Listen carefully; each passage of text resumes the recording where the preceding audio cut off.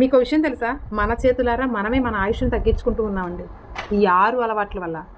అవేంటో చెప్తాను, ఒకవేళ మీలో పొరపాటున ఉంటే వాటిని కొంచెం మానుకోండి. ఎందుకంటే డబ్బు పోతే తిరిగి సంపాదించుకోవచ్చండి, కానీ ఆయుష్ హరించుకోకపోతూ ఉంటే మళ్ళీ దాన్ని తిరిగి తెచ్చుకోగలమా? లేదు కదా. మరి అలవాట్లు ఏంటో తెలుసుకుందామా? అందులో నెంబర్ 1 అహంకారం. మన ఈగోతోటి, మన యొక్క అహంకారంతో మనమే మన ఆయుష్ని తగ్గించుకుంటూ ఉన్నాం. నెంబర్ 2 నలుగురితో అనవసరమైనటువంటి గొడవలు.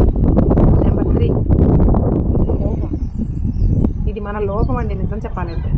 ఈ కోపంతో చేసేటటువంటి వివాదాలు, మాటలు ఉంటాయి చూసారా, వాటి వల్ల మన ఆయుష్ ఖచ్చితంగా తగ్గిపోతుంది.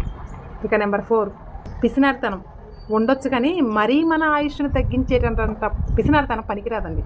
డబ్బులు సేవ్ చేయాలి కానీ పిసినారితనంగా మాత్రం ఉండకూడదు. నెంబర్ 5 నమ్మిన వారిని మోసం చేయటం. నెంబర్ 6 మిత్రద్రోహం. ఈ 6